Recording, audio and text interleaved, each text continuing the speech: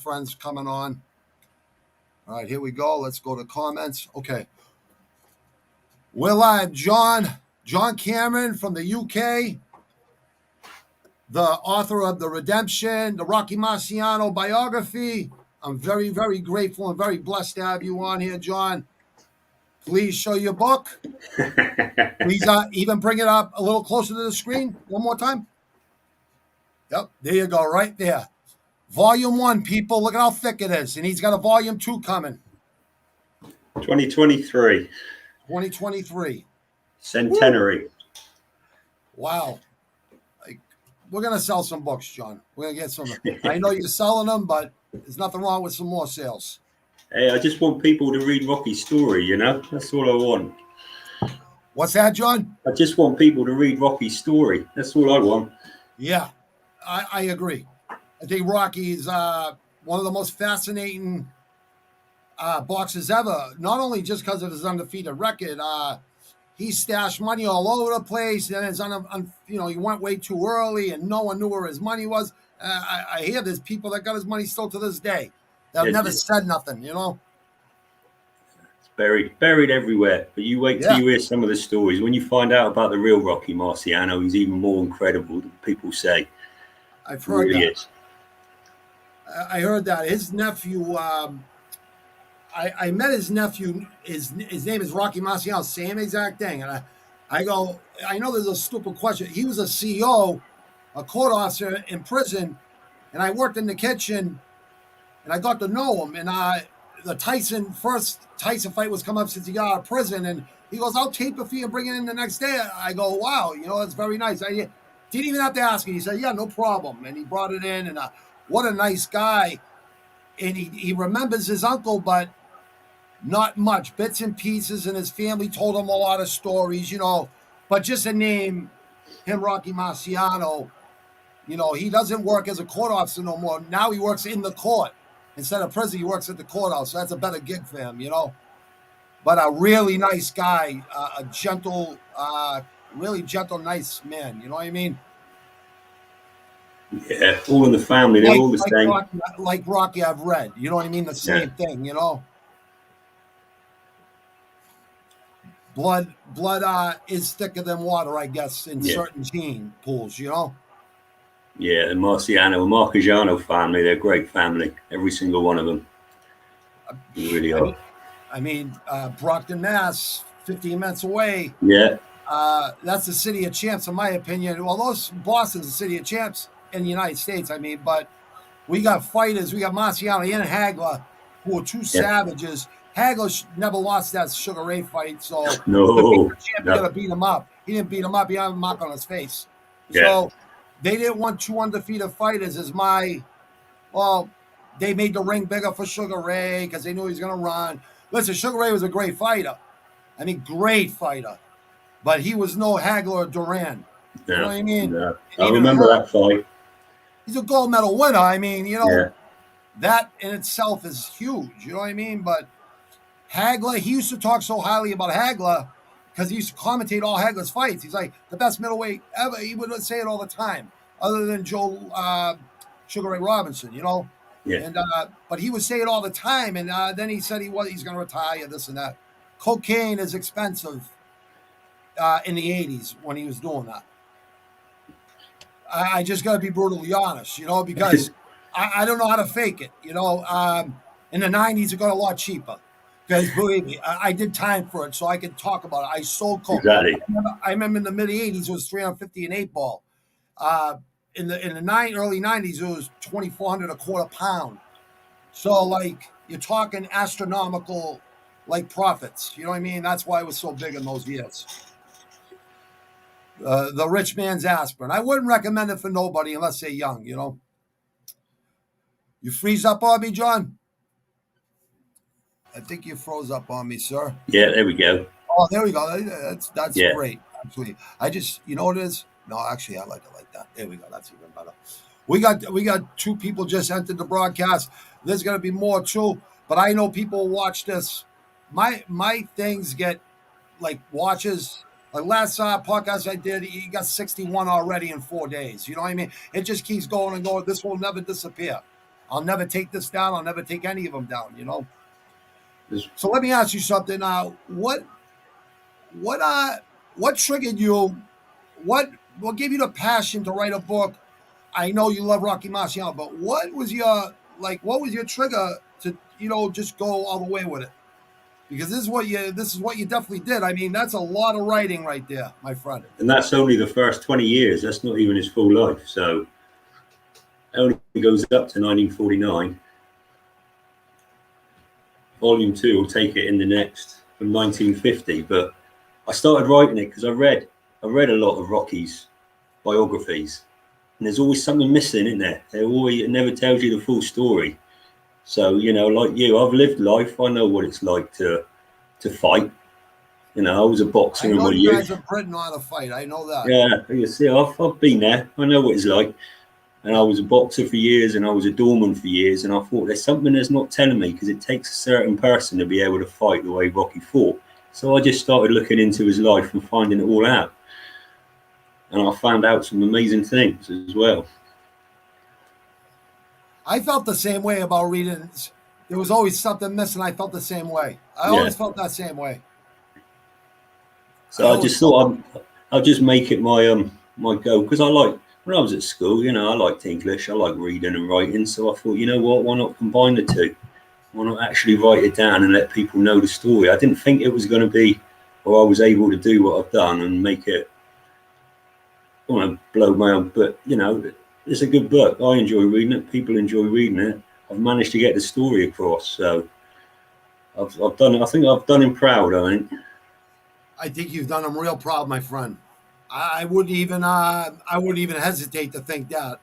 And I'm sure his family is going to be proud. And around here, which is Rocky country, honestly, this is where he started, and this is where he finished, basically too.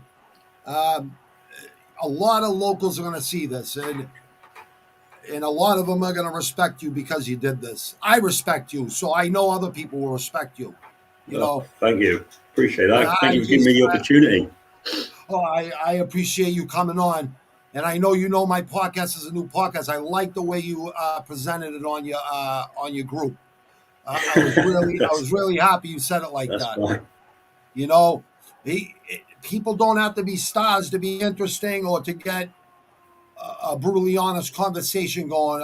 I think that's what's lacking on TV, cable, everything. I think podcasts are the most important thing on this planet.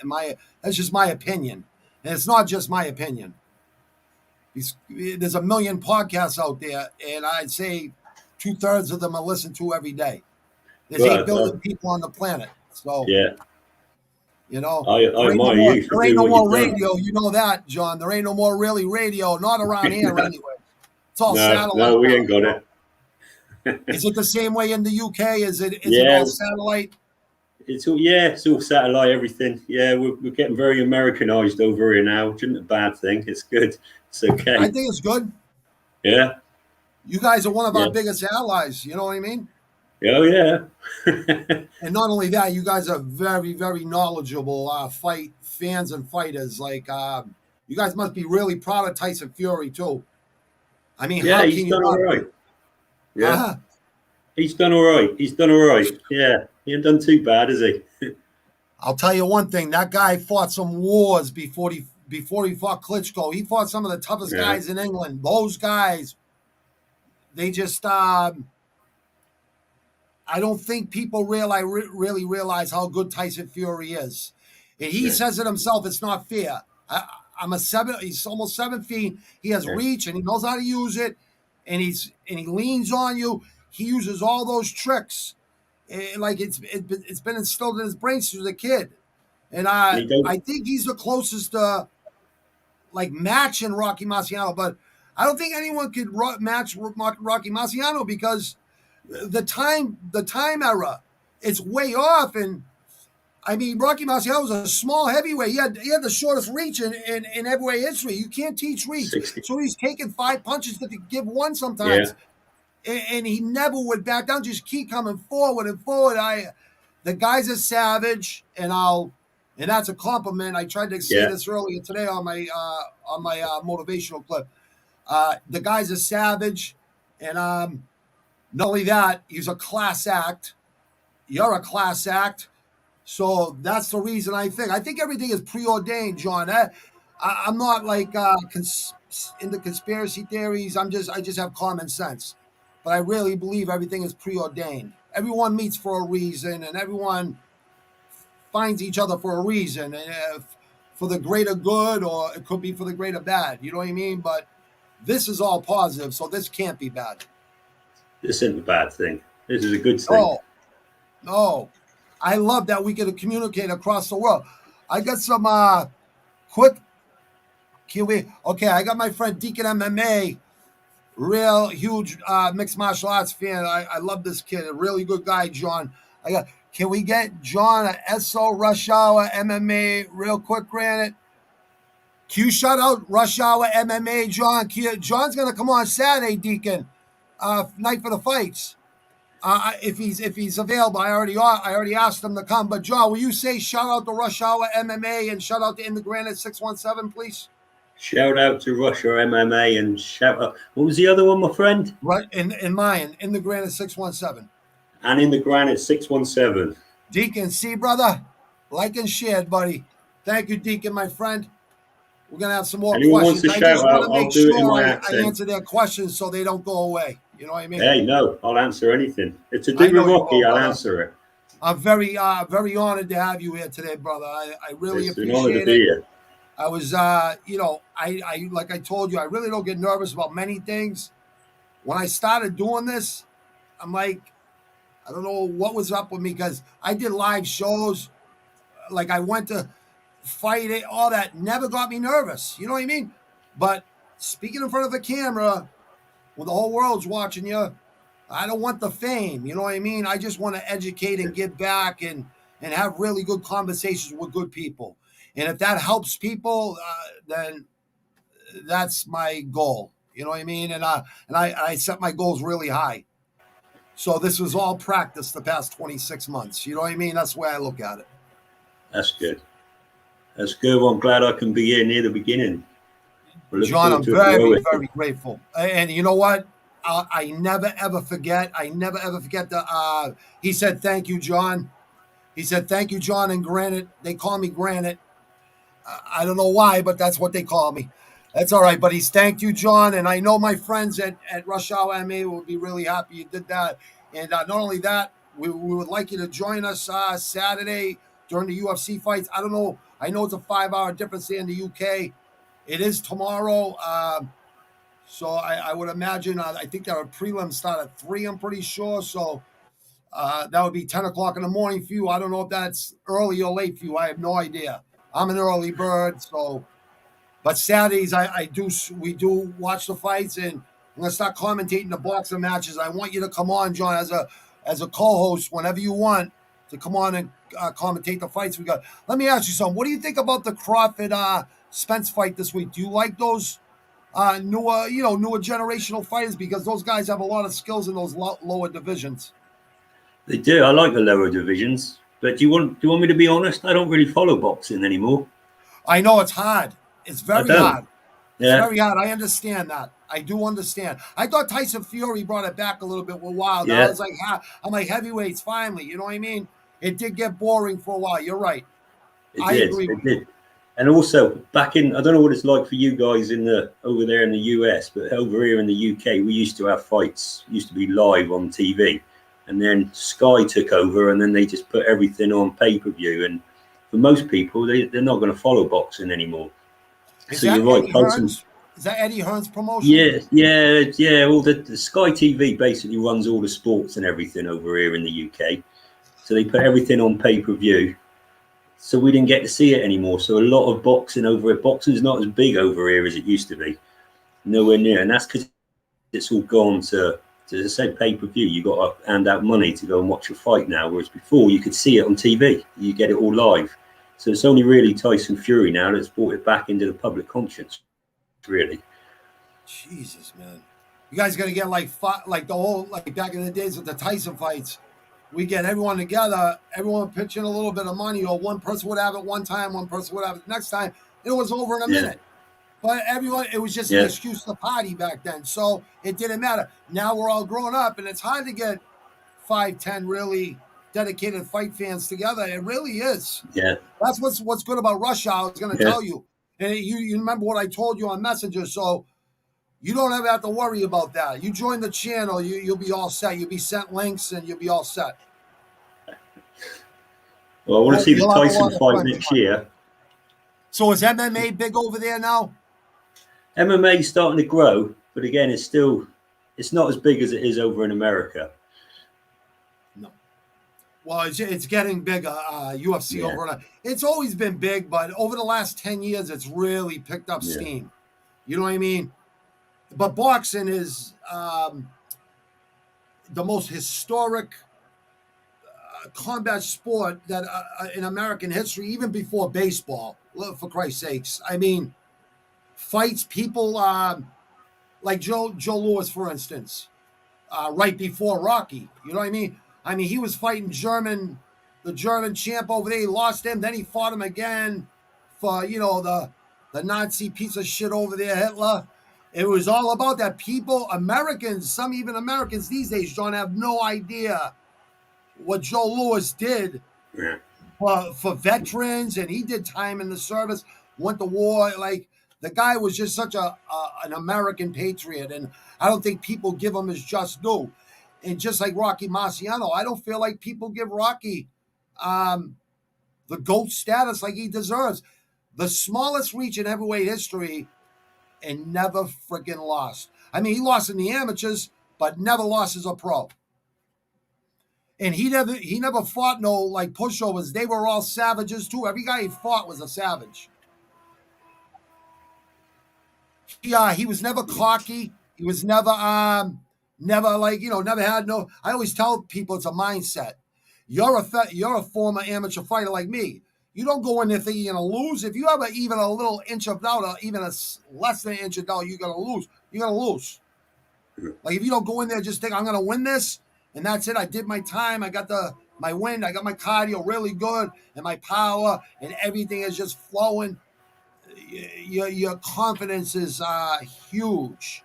You know, how was your amateur career or prize fighting and fighting in the streets? Because my fighting in the streets eventually led me to boxing, because older guys would say, Robbie, go train with this guy. This way you go sparring. You don't got to worry about getting in fights.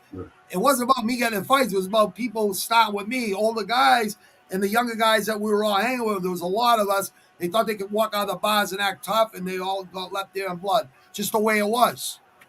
And I ended up going to jail every time. I had a radar on me back then, in the 80s. It was just crazy. But is that kind of the similar thing that you went through over there, like with boxing, with amateur fighting? And well, I started off when I got into a fight with a kid in the playground, and he caught me with a right hand and knocked me on my ass. I remember that. And I said to him, how do you do that then? And he was a local amateur boxer, so he took me down to a boxing club, because we used to have one in every estate back then. Don't have as many today, unfortunately. England, yeah. In England, yeah. But that very night I got to spar with the same kid, so I was lucky and smacked him on his ass, and then I just got the bug for it then and just started boxing. Because it was still big. This was back in the late 70s, so late 70s, early 80s. I was born in 71, so you still look young, John. Yeah, thank you. I look after myself. You look young, brother. You look young. Oh yeah, I'm not saying. I was 70. So what were you? What were you, a teenager, right? Yeah, I was in my. Sometimes it lags. I think it's because it's over the Atlantic Ocean. It'll come back. I know it will. Oh, there you go. You're back, brother. I keep logging in and out. You're all set, brother. Oh, I don't know why. Rush Hour MMA is the most real channel on YouTube, John. That's what my friend says. It is. When it comes to fighting. He's lagging. I don't know if he's lagging or I'm lagging. I don't think this computer's lagging, though. But I can. Let me see. All right, there you go, John. I don't know what the hell's going on, brother. Can you hear?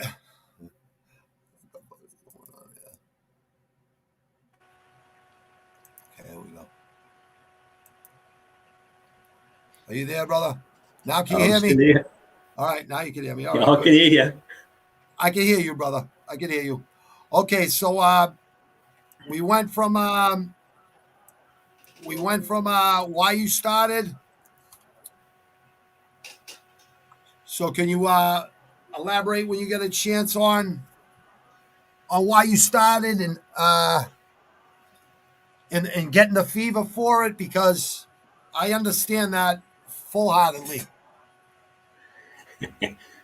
As I say, after I had that scrap with the kid and knocked him on the seat of his pants, you just get that feeling, don't you? Feeling that you can do something just sensational. You've got that power in your hands. So I just started amateur boxing then when I was 8 years old.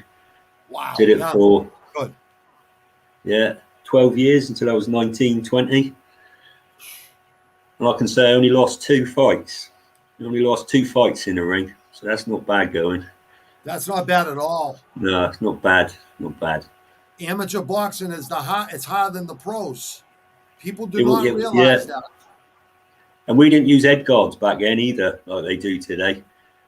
But Never Mike wore them. Tyson never used them either. A lot of No, guys don't like them. You know what I mean? They like the feel of the punches and slipping the punches for real. Because I think, sometimes the headgear gets in the way. I used to feel that way, but yeah.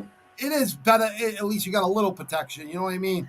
Well, It's smarter. It's smarter it's to use worse. it. To be honest with you, my old coach used to say it's worse for you to wear a head guard because you've got a bigger area to aim at, and also when you get hit in the head and you're wearing a head guard, you don't feel it as much. So when you're in a fight and you get punched, you ain't got that extra protection there. You're going to know whether you can take it or not, aren't you? So that's what we always used to do. You see that flashing light for a Yeah, second, yeah. gets you a little madder or It does, whatever, doesn't it? It just Yeah, it's the ones that just graze you. You know what I mean? Or the ones, yeah, or the ones that you feel like you punch through somebody. Like I guess Mike Tyson explained this one time, and it made sense with me. When I used to hit somebody with a left hook, they didn't see it coming. I didn't really feel the punch either, but their yeah, eyes would roll behind their freaking head. yeah, yeah, It's it's called the knockout mechanism. I know you understand yeah, this. You just see it, and yeah. that's what these fighters don't do today. They get someone hurt, and they get back when they should just be attacking. Just Boom, keep boom, boom, going. everything they Yeah. have. Like that's why you train for explosion like that. Just give everything you have. You got a guy in trouble, you got to finish him. Got to finish him. That's exactly what Rocky said. If you've got a guy hurt, just keep throwing punches, and that's what you got to do because the other guy can't fight back if he's on the floor. When he's got Whenever, spaghetti legs. When he's got exactly. spaghetti legs. Yeah. But whenever a guy's in a fight, it doesn't matter if that guy's still in front of you. He can still throw that one punch, and bang, that could be it. So you got to make sure he's taken out. And like you say, when you watch their eyes roll back and you see him go down, there's that feeling of looking down on them, thinking, "I've just done that to you. Don't you go thinking you can do that to me?" I'll tell you, man. So when you were training back then, let me ask you something. Do you know about this? Is a question that I never read in the books. Do you know Rocky Marciano's diet? What he was eating during training for fights, and when he wasn't training? I imagine when he wasn't training fights, he was eating a lot of pasta and Italian foods. Like Yeah, my yeah. wife's all Italian. I grew up in an Italian neighborhood, so I understand that. But now I just intermediate fast. But I was just wondering, back then the key, because he was a small heavyweight. I was wondering, like, do you know what he ate? A lot of steak, a lot of vegetables, a lot of fruits, or is it? Do you know his diet, like for fights? Well, he used to stay away. He'd stay away from obviously the pastas and the meatballs and all that. He'd have all of that when he wasn't fighting. He'd have all of that. Loads of photographs of Rocky enjoying his pasta.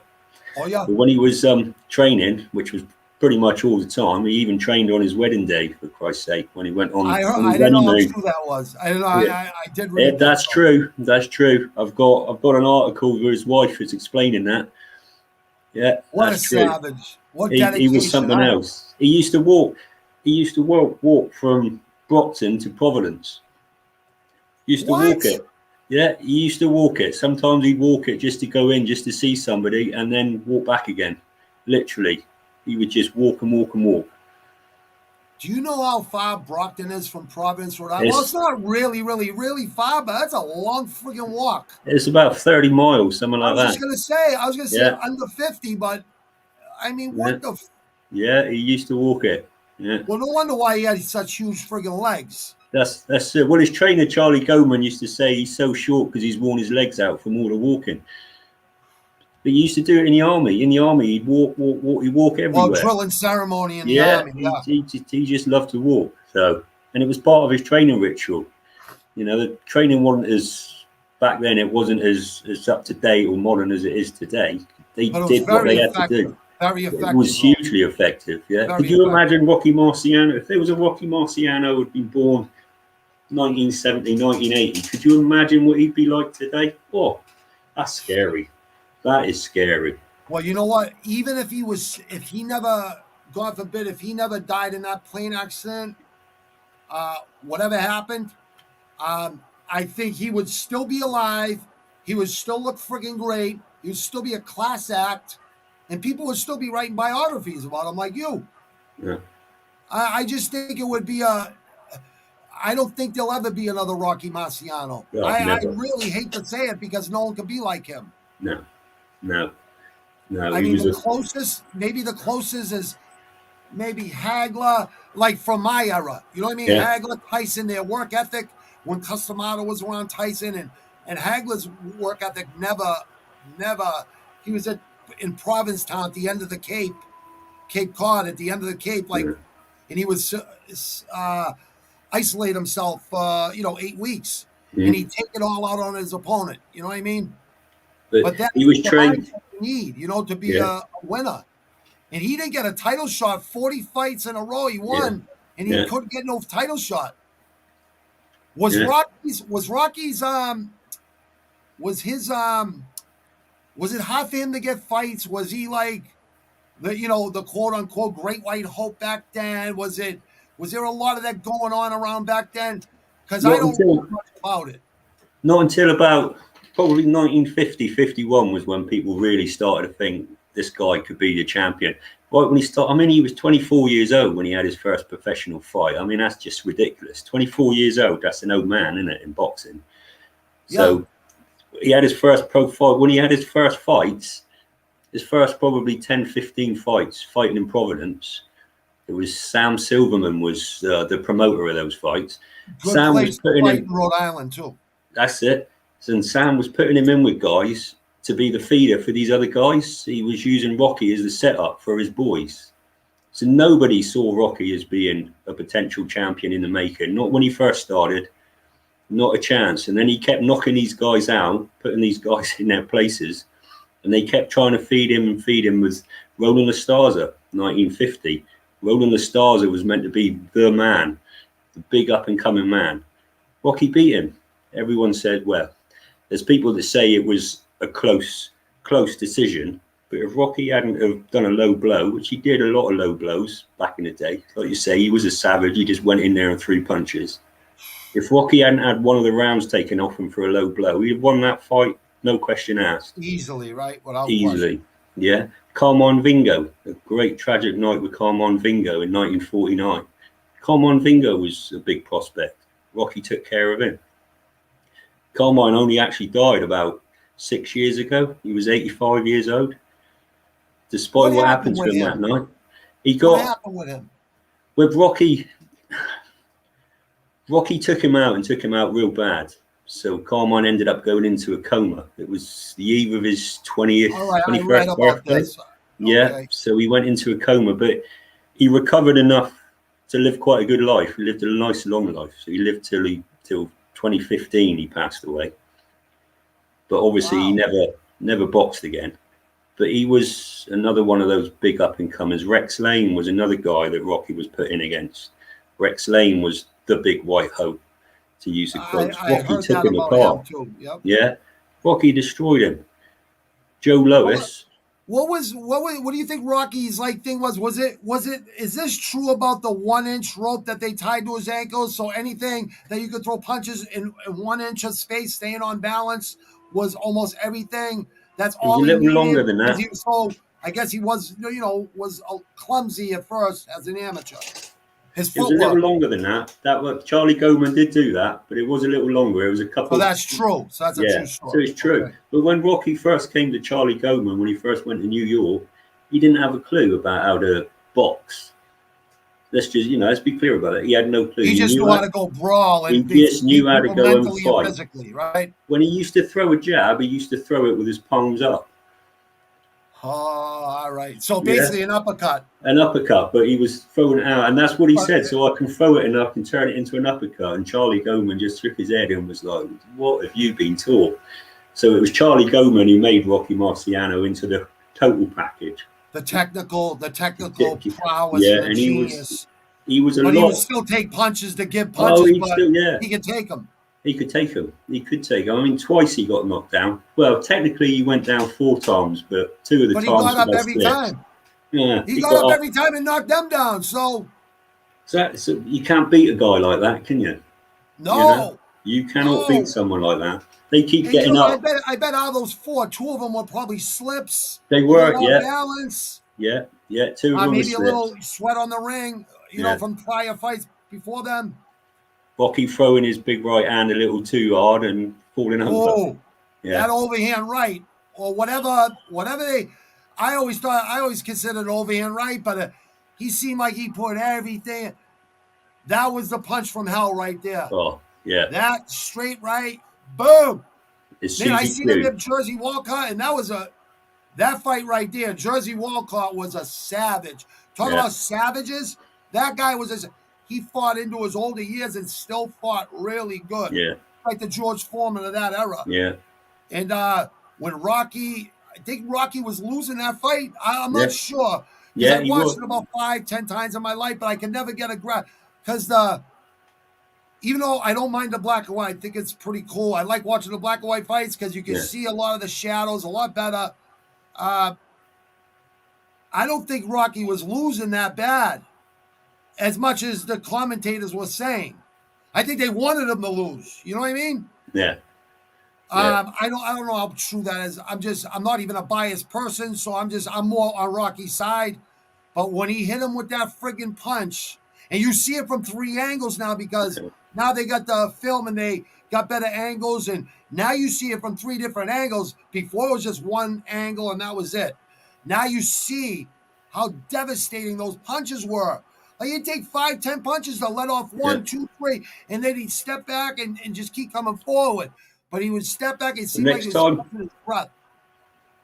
Next time you watch that fight or you watch that punch, make sure you've got the audio up really loud because when that punch lands, it's like a shotgun blast. You can actually literally hear it pop. I seen the last video. They were saying that when I watched it, and they said, "Turn it up. You're gonna hear this." Yeah, it is.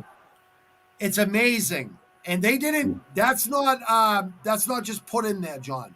That was real. That was real. The old audience reaction to it. That's just old school shitty leather, right? With fucking bullshit inside the things, right? Boom. Yeah. That was going to knock out any man who ever lived. Knock that guy out, though. Walcott could take a punch. Not Rocky's, though. No one could take Rocky's punch. No way. No. Even Joe Louis. Joe Louis is probably one of the best fighters. I got a guy, Ken Ryu Dojo. He's one of the producers for Rush Hour MMA. He's a very smart fight fan, actually an ex-fighter himself, Muay Thai and all that. He said Rocky would have beat Mike and Tyson black and blue. Don't tell John Jones he missed leg day.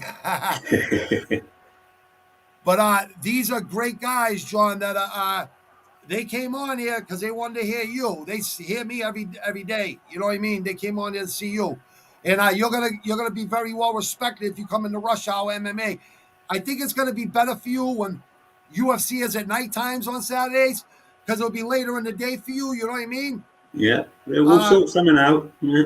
I hope boxing's like on Fridays again and UFC's on freaking Saturdays. You know what I mean? When they're all on the same time, but we will cover it all at the same time. They'll cover it, and like I said, we're gonna start commentating boxing. I'm gonna start commentating boxing again. I know it well, and I don't want it to go away like you said how it's going away. I want to try to be one of those people that bring it back like you are definitely doing, my friend. You're definitely doing it. People need to know the history. Even these fighters these days need to know the history. How many times What's the most Rocky Marciano fought in 1 year? What About prior 16 times. was that defending the title or before he had the title? No, it was before, when he had the title, he only defended it twice a year because of tax reasons. That's right. That's right. Yeah. But 16 times in a year, these fighters would never fight 16 times in a year. Well, you think about it, Robert. He turned professional in 1948. He won the championship 4 years later in 1952. 52, In yeah. that time, he had over 40 fights. No one today, people today do their entire careers 10, 15 years and not have 40 fights. You had to have 40 fights back then before you even got considered. You know? That's why people got to look at the amateur records before they friggin' start talking about how great fighters are. That's the thing with Tyson Fury. People don't realize all these savages he fought before he fought Klitschko. And Klitschko wasn't even the most boring friggin' heavyweight I ever seen. Throw it straight left and straight right, and then he'd hold you. If he wasn't getting, if he wasn't getting his way. But I give the guy credit. Anyone that holds that heavyweight belt, I give him a lot of respect. But he's just the most boring. I hate to say that about any fighter because it takes a lot of balls to get in that fucking ring. A lot of people don't realize that. Tough guys from around here, I used to get the tough. Come down to the do one round. Let's see, and I'll put you in with a middleweight. If they're heavyweights, I'll put you in with a middleweight. Chase that middleweight around the freaking ring, and he's gonna tag you up. He's gonna go laterally. You're gonna know, and then you're gonna start dropping hands because you ain't used to it. Because street fights don't go 3 minutes a lot of time. They go 30 seconds, and the guy's on the ground bleeding, getting his head kicked in. Yeah, kicked in the head like Adam Vinatieri's, like field goals, like soccer, bang, bang, bang. Just a violent United States. I'm sure you guys were kicking people in the ribs and the head once you had them on the ground. It's just a normal reaction. When you're in a street fight, it's more dangerous. You hit your head on the freaking curb, you get hit, you can die. Yeah. I'm very grateful, very grateful. That never occurred with me. Whoo. Yeah. I'm sure you're lucky. I'm sure you've had your times that you were probably woke up the next morning saying, I hope I didn't kill that guy. Because it happens. It's the way it works. Well, I did the door, didn't I? I was a bouncer for 15 years. So. I wanted to get into that. That's what I was going to say, because I know you've seen a lot of shit. I've seen a lot. And they have a night problem there. They have a night problem there in England, right? Is it nights very prevalent? Oh, yeah. Nights are very prevalent, right? Yeah. It's because drinking there's no culture, guns, isn't right? it? There's no guns. No guns over there, so knives are the worst thing. Yeah. You don't want one of them in there. The government taking over with no guns? Because I don't think the England government would ever take their citizens over. I don't think that at all. No. I'm just saying that's the reason they put it in the Second Amendment here. It was to hunt your food, too, because back then you didn't have supermarkets when they wrote that. But it was 15 people that agreed to disagree. They knew what was going to happen. People with power. You know what I mean? Yeah. So they try to take all Americans' guns. Now there's going to be a lot of dead people in the middle of the streets. And I'm just being totally honest. People are not giving up their guns. Yeah, even though I agree with it, because in England, but look, they don't have guns, they stab each other. I mean, what the fuck is more worse? You know what I mean? It's not nice being stabbed. I've been stabbed. It ain't nice. I've been stabbed 3 times. Yeah, Did you feel it? I didn't even know until afterwards, until I saw the blood. I didn't know either. I didn't know either. Dude, look at this scar, John. Can you see that scar? Yeah.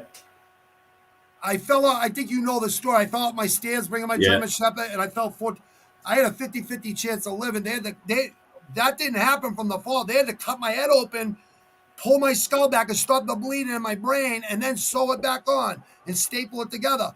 That was in 2003. They told my wife 50-50 chance that I had to survive.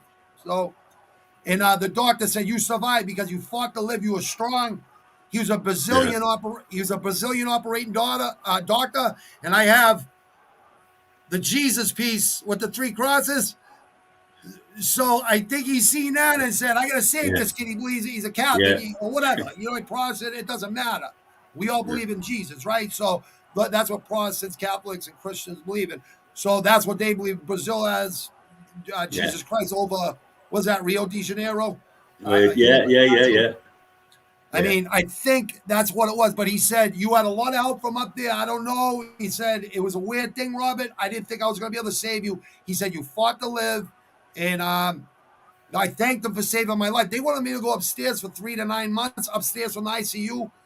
I'm like, listen, thank you for saving my life, but I could do that at home, and I have a wife, I have a daughter, they're concerned, and just having them come to the hospital every day.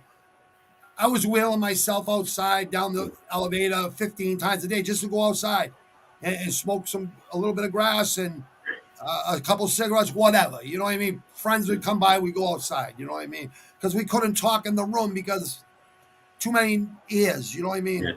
yeah, So yeah, yeah. that was If you got that was an something to fight interesting for, time in my life, my friend. You know. So when you got stabbed, just like I didn't know I was stabbed, was it? It could have been serious if you didn't like find out. well, that wasn't too bad. It ruined my jacket and my shirt, but the other guy Okay. was worse, so that was all right. Okay. Well, I got Just some felt like, people.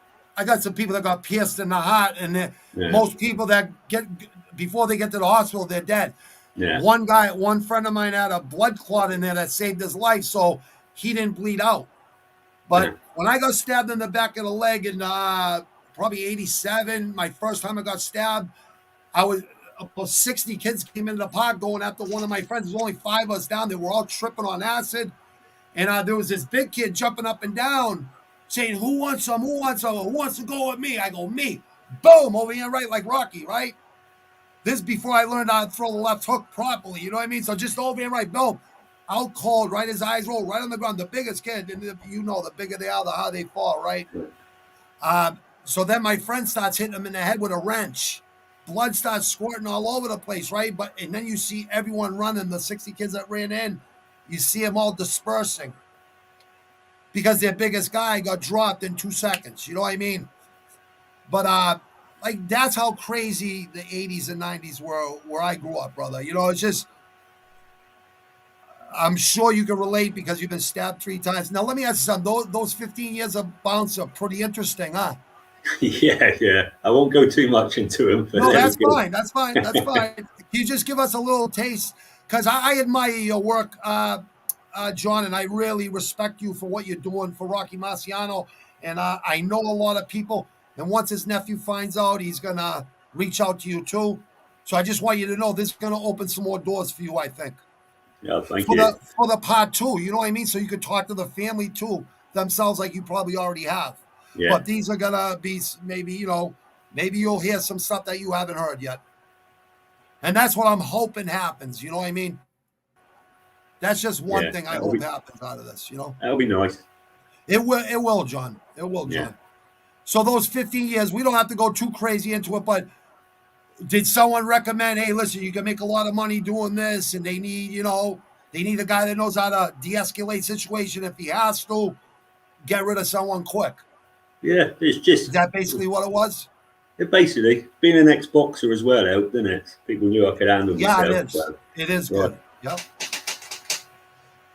Out there, is that a really good paying job in England compared to America? Or because I know guys got euros out there, right? Is it euros out there? British pounds. Oh, British pounds is different Yeah, than yeah, my stepfather he got deported to Italy 11 years ago. And my mother's been there for 10 and a half years with him. So every time I yeah, send them money, it's a lot of money to give yeah, them a little bit. yeah, I yeah, said, what yeah, happened to the mighty American dollar? yeah. No, the American dollar's not. When I was younger, it used to be $1 used to be like 50p over, but no, it's not. It's not worth very much Is at it all kind of anymore. evened out now?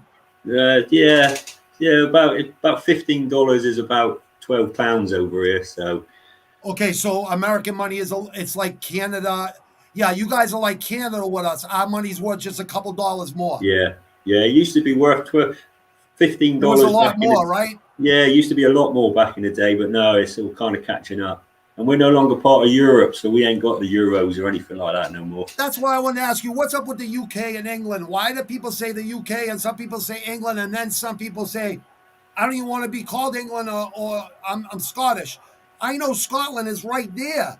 You Yeah. guys are basically the same country. Well, you What's up see, with that? I know they don't hate you guys. They love England. They love UK. They just want to be themselves, I guess. Is that the quote unquote truth? it's all history, isn't it? It's all history. Are they Scotland used to be. Vikings? Are they Vikings? The Scotlands? They the Vikings? No, they're the Celts. Okay, the Krauts. Celtic. Yeah, Celtic. Oh, Like the Irish. Celtic. Irish and Welsh and Scots are all like a Celtic nation. Celtic, So you're speaking yeah, to the right Celtic person pride. because I'm Scottish. Well, I got the Irish. I got 60. I'm 60% Irish. I'm 60% I was gonna say I know you got egg, yeah. Oh yeah. I'm Irish, 60% Irish, 25% Sicilian, and 15% German. So like Irish means a lot to me, and that's why I can't Yeah. stand Conor McGregor. He talks too much shit and then he taps Yeah. out. He has 5,000 people coming from Ireland and he gives up when he Yeah. could just go to sleep. He could just Yeah. go to sleep in fucking 30 seconds. Yeah, exactly. Yeah. After talking all that shit to Khabib, right? He chokes him out Yeah. and he taps. And there's 5,000 people that they want to see it. Don't you want to go out on your shield? Yeah. Yeah. Yeah. I even want to hit myself in the head. Look, right in the Yeah. scar. I said, he don't speak for us Irish, believe me. You do. Let me ask you something. Is this known over in England? Where are the most Irish Americans located in Boston, right? Yeah. Oh yeah. Yeah. No. Yeah. I'm Boston. glad you guys know that over there because Yeah. the people in America don't even friggin' know that. Yeah. No. Boston, all around the New England area and that, they all know that's where all the Irish and that, that's where all the immigrants and that went, didn't they? So, even though you threw our tea in the arbor, but hey, you know. Well, New England is, we said New England, right? That's what they called it. Yeah. New England. And the funny thing is, right? The Northeast, we were like one of the first states. We had to fight the South versus the British, and the French helped us. and people like always snub their nose at the French. I go, you can't snub your nose at the French. Like history is history. Yeah. It always repeats itself. You got to have loyalty to these people, like we have loyalty to Rocky Marciano. Yeah. Loyalty is very important. I don't think people have that no more, John. Like I see it in you. And I know you coming on, that's loyalty. I know that's a good heart and loyalty. And I really, really appreciate your time. Can we dive into Rocky Marciano? I just want to hear your words. Can we spit out, can you spit out where to find your book? I know it's on Amazon. I know that. Will you just tell the folks that are going to see this and that have been watching? And I got some more questions after that. And then we'll do one more deep dive into No Rocky. worries. Yeah, no problem. No problem. Just and then tell them where your social media is and everything, please. Yeah, no problem at all. You want to buy the book, this one here. Nice big thick book. Push up this. Look at how thick that book is. The Redemption. 417 pages. Tell them how long that took you to write, John. This one here took me, blimey, took me a few years. It's been the process, I mean. I started it about a decade ago. That's what I mean. That's what I'm saying. I know. This about a decade ago, and I actually released a first edition of it. So there is one out there called Redemption: The Life and Death of Rocky Marciano. And I think I've already read that. That's where I get a lot of your stuff from. But I need one of those. I'm going to buy one of those this week. Yeah, and this one here, because more information's come to me since. I've redone so that's an updated version. This is the official version. So don't get Life and Death of Rocky Marciano. Get the Life of Rocky Marciano, and it's on Amazon. You want people to buy the newer version, right? Want to buy this one? Don't buy the other one. They're charging $100 for the other one. Don't buy that one. $100? $100 for a second-hand copy. It's not in print anymore. Don't get that one. This one's $15. I'm gonna make sure my friend holds on to that book then. Make sure. Yeah, definitely. I'll tell him later. Pictures I'll make sure he still has it. Wow, look at that book. Look at all those pages. Make sure, send him over to us and I'll sign it for him. See, oh my God, I'm sure it'll be friggin'. Wow, man. You've got pictures from the family as well. Something else that this one's got that the other one hasn't is that Rocky Marciano's nephew, Vincent Pereira, he's called. He grew up with Rocky. You know what? I know that name. Yeah. I know that name. Vincent Pereira. He's sent me. Does he live in Rhode Island by any chance? He could have been. He's the son of Alice Marciano, Rocky's sister. Okay. So he's got. I've got all sorts. Pictures, everything you want to see. Rocky in the army. Everything in here. Real deep dive. You'll learn a lot on that one. But Vincent, John, that's a work of art. I was taking a look at that yesterday. Everyone's saying congratulations. I'm like, damn straight. Can you explain to the fans this is what Vincent sent me. John? Here we go. Wow, look at that, people. So I don't know if you can see this. Vincent Pereira, they can Rocky's nephew, sent me this. Let me get See this if I can bigger. get it in camera there. Yeah, yo, you got it in camera. All right, so we got the picture of Rocky You see that? Marciano. See that squiggle on the front? Yep. That's Rocky's autograph. That's Rocky's autograph. That is And his that's exactly signature. how he did it, too. I can see the M, how he does the M. Yeah. It's not the greatest of pictures on your camera, but it's. Yeah, it's still Rocky, though. That's Rocky Marciano's autograph. And So look at all Vic those Pereira pictures sent me behind that. it. Look at all the pictures behind it, too. Those ones there, they're from the 1955 newspaper when Rocky was going to Wow. fight our Don Cockell. And the Holy booklet down the bottom there, that's actually a souvenir program from his training camp when he was training to fight Don Cockell. So, wow. yeah. Well, we're That's looking at history, Rocky's people. touch. I don't know how many of those are out there in the world. There's a few, Well, not loads. I'm sure there's a few, but there's not many people showing them. No. So Wow, look at I've actually that. got something from his family. It means so much to me. That's actually Rocky himself has signed. That means the world to me. That does. Well, it means the world to me that his Yeah. family is acknowledging you, John. That means a lot to me. As a loyal American to Rocky Marciano, and I just think it's awesome. You know, I really respect English people because from England, you guys are the most knowledgeable fight fans I know, boxing fans that I know. I don't know any other more loyal boxing fans than England and maybe certain parts of Asia. People would never know this, but Asians are huge freaking boxing fans.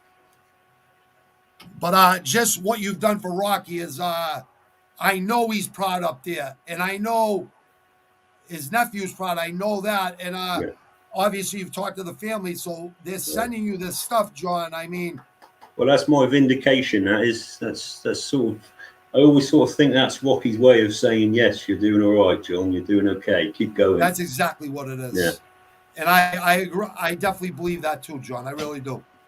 I think what you're doing is awesome. I don't even think I can commend you enough for what you're doing. Now, you got a second part of this book coming out in 2023. 2023. Do you get writer's block and stuff? Do you get writer's block and like creative process, any of that stuff? It happens. But the thing is, I've got the story in it. I mean, I don't know if you can. Let me just a second. Yeah, that's fine, John. Yep. Whoa. All these binders. Oh yeah, I got plenty of those. Wow, holy shit! No, those are all transcripts. They're all transcripts. They're all letters, newspaper articles. This folder here, you see all of that in there? Yep. That's all letters from people that knew Rocky Marciano. Wow. So that's how deep. Yeah, so there is a lot of stuff in there. I can't show you on the screen what the content say, but that's going for the book. Fine. We'll see it in the book. We'll see it in the book. We'll make people buy the book. That's a lot of stuff right there. That's only half of it. That's only half of it. Whoa. Jesus. Wow, Rocky Marciano. Marciano is proud. Rocky Marciano is proud. He deserves it. Oh, look at that. Wow. Have you done some fucking typing and writing, huh? I'll put some time in. Wow. I'll put some time in. Newspaper articles. I got articles going right back to 1939. I've got articles on Rocky. Wow. Jesus Christ. Like, I cannot believe the amount of work you put into this, John. That's mind-boggling to me. Let me show you something. This is pictures in the first book. Get your stuff, Ken. Are you seeing this, Ken? You see that photo there? Yeah. That's Rocky Marciano when he was called up to the army. That's right. He's in the top left, right? Or the bottom left? There he is. Don't know if you can see him. Yeah, he's on the bottom left, right? There. With a cross on his chest. Oh, yeah. Wow, talk about a friggin' rare picture. I've never seen that picture. 1943. 1943. That's not a bad picture for 43, actually. That's a photocopy. So that's even better. I mean, for a photocopy, that looks really nice. I mean, the screen does it a little bit adjusted. It's not that bad. The screen looks, it's pretty. I can see it pretty good. Everyone can see it. There's a newspaper there. Don't know if you can see the date on it. 1939. Holy shit! And it was when he was playing. Right down the bottom, it's got a little mention about when he was playing football for college. He's mentioned down in there. What position did he play in football? He was centre. A center? He's on the offensive line? Number 1. Wow. What a savage he was, man. That's where football games are won, right on the line of scrimmage. People don't realize that either. Seeing if I can find someone for you guys there. There it is. 1940. Who's that? Holy shit. I'm looking at history here. It's blowing my mind. Yeah, Rocky Marciano. Now look at those guys. They didn't have many pads or nothing. Rocco Marciano center. Yeah, look, I don't even think they wore helmets back then. What, little leather helmets or something? Little leather helmets. Leather helmets, right? He scored a touchdown for his college. Where'd he go to college, John? Brockton In High School. Yeah, Brockton High School. Brockton High School, still to this day, always have had a good football team. Division One. Yep. Still to this day. My son plays them in basketball, Brockton. They're a really good basketball team, too. They got good athletes in Brockton. Yes. Very good athletes there. Good city. Look. I love that city. Gives me a chance to show you how. This is from the Fort Lewis Flame. And it's when he was in the army, he was stationed with Fort Lewis. Fort Lewis. So Rocky was a true inside. Rocky was a true inside brawler. Look, AAU. My son plays for AAU. AAU goes all the way back to there, huh? There he is. Wow, look at the Rock. Yeah, he was a piece of granite. You're right, Ken. Yeah. My friend Ken saying he was a savage. He was such a dominant inside fighter. He's saying, I'm seeing all this gold. He's like, my friend saying, I see all this gold he's showing. This is incredible. John, a lot of people are going to appreciate this. I'm really happy you're showing me all this stuff. Well, I appreciate you giving me a chance to show it. No, I appreciate it. Thank you. Like, I really do. Like, you have no idea. Like, it's nice. It's nice because people can now go. I can see where he's done the research. I can see what's going to be in his book, because if he's got all this information, and I can show him the information. And I would really, honestly, I would never put anyone out there that I wouldn't read myself. I've already read your first thing. I think that was one of the 4 or 5 books I read on Rocky Marciano. One of them was yours. See, I always knew, I know who you were. And I was like, John Cameron. I'm like, I could have swore I read his book already. And then when you said you rebooted it and did it over, I was really happy. I was like, that's good. And he's going to do a part 2. So you're doing the Marciano family very proud. And obviously them sending you stuff must make you feel good. Yeah. Yeah. It's just, it makes me feel good. I can just imagine what it does for you. Yeah. But you're putting in the work, my friend. People don't realize that's a lot of work. 40 years in the making. Now, you write stuff down and then you have an editor that. No, I do it all myself. You do it all. Yeah. Wow. Write it down. I've got all the material. I've got all the basic building blocks, haven't I? I've got all the biography. You got plenty of pages. Yeah. Yeah. So what do you do? Like break down each page, break it down to stuff that you don't want in there. Break it down break it down. Follow it. Obviously, follow it year by year by year. Write it all down, and then as new information comes, or as I remember something, I'll then bring that and put that in. So, I think the way you write is really good. Like, I definitely think you have a knack for it because it makes me want to keep reading. I want to read about Rocky anyways, but your book grabs you. Now, I only read 2/3 of the book, the first book you wrote. the same thing as the Redemption. You just wrote the first part, but updated, and you put more stuff in there, and it's an updated version. That's how much Rocky means to me and you. Obviously, you're a huge fan, and there's so many Rocky Marciano fans. I don't even. You kind of have an idea, right? But I think it's double or triple or quadruple that. Oh, at least, yeah, at least. And here in America, people talk about them all the time, and it's people don't want to bring them up because they get scared they're going to get flack from, other cultures. And why can't you be proud of your culture? What the hell? Everyone else is proud of theirs. Why can't you be proud of yours? Yeah. Well, I mean, you look at me. I'm a British guy.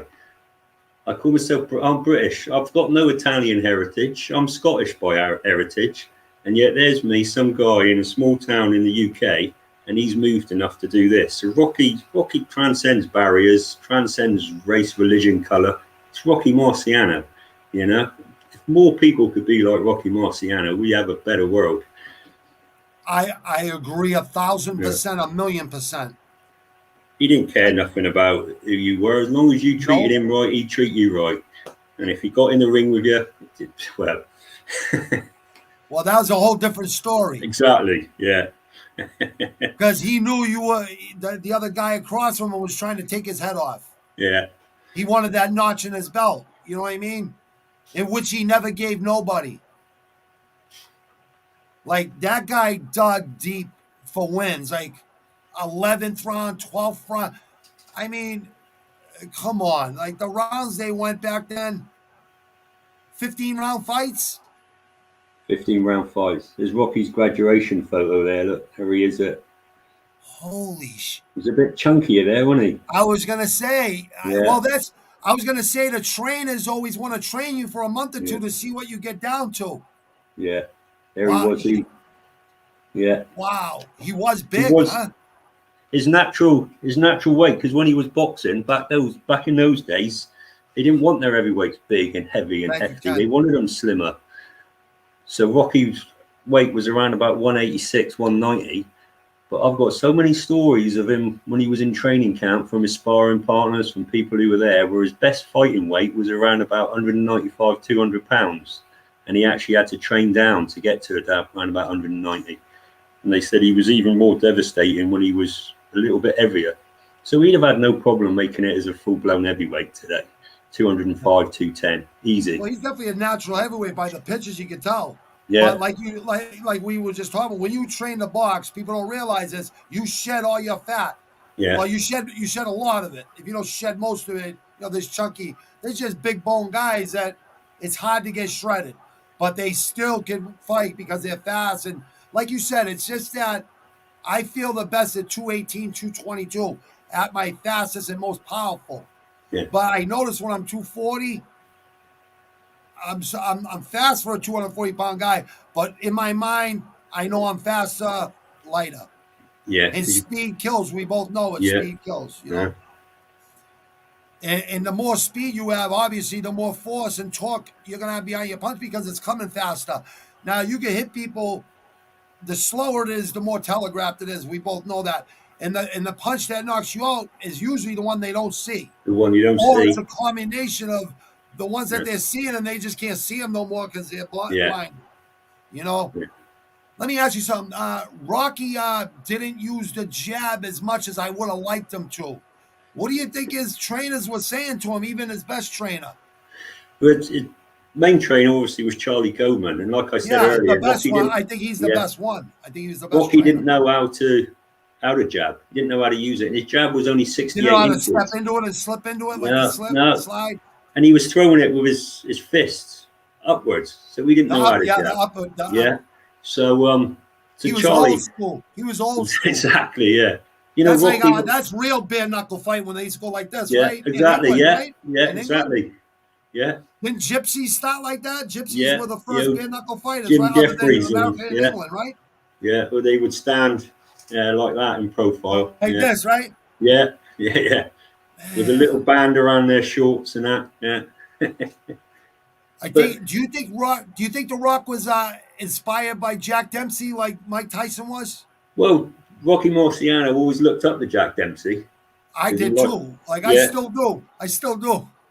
when in 1967, when they done the computerized tournament, when Murray Of Warner, Ali and or this was was it Dempsey and Marciano, or was it Dempsey and Ali and Marciano, Marciano? when they done the radio tournament in 1967, when Murray Warner had the idea of doing the all-time heavyweight tournament, and Marciano obviously won, got to the final, fought Jack Dempsey in the final in the radio, and won. And actually, at the very final fight, in order to promote it, Rocky and Jack Dempsey got together and they spent time together. And Rocky said it was one of the biggest honors of his life to actually sit with Jack Dempsey and listen to the radio broadcast. But Dempsey always said, Dempsey being Dempsey, always said that Rocky would win if they fought together. Because Dempsey wasn't a natural heavyweight. He was fighting heavyweight because he was starving and he had to win. He had to win. He was a hobo, wasn't he? He was riding the rails. He traveled state to state to fight. But like you said, he was a homeless guy who left his family, everything behind. And he had that dream, and he started running and training where he was, and then he left. And he wouldn't eat for 3 days, and he would fight 4 guys in 1 day, and he would friggin'. I mean, that guy. Listen, we can go back to Jack Johnson, and then walking out with white women when they were threats to kill him. And back then, they really did kill blacks. Exactly. And he still did it, get away didn't he? with it. Because that was Jack Johnson. That was the sort of person he was, wasn't it? More power to his elbow. 1 in a billion. Yeah, more power to his elbow. Yeah. Like we're talking about Savage, but Rocky Marciano was the only undefeated heavyweight ever. Well, Mayweather could do it. Tyson Fury could do it if he beats Usyk and takes all those belts and just retires. He's got a draw, so he doesn't count. Oh, that's right. That's right. That's right. So Rocky's safe. That's right. No, Rocky will always be first. I don't think anyone will ever bring that record. No one. Mayweather could do it, but he's not a heavyweight. Yeah. Mayweather's a great boxer. Let's face it. You can't hit him. He could be right in front of you. You can't hit him. I mean, if you do hit him, then you're good. You know what I mean? Because hitting, Canelo got so much better when he lost Mayweather, and that's what these fighters don't understand. Wilder has nothing to be ashamed of.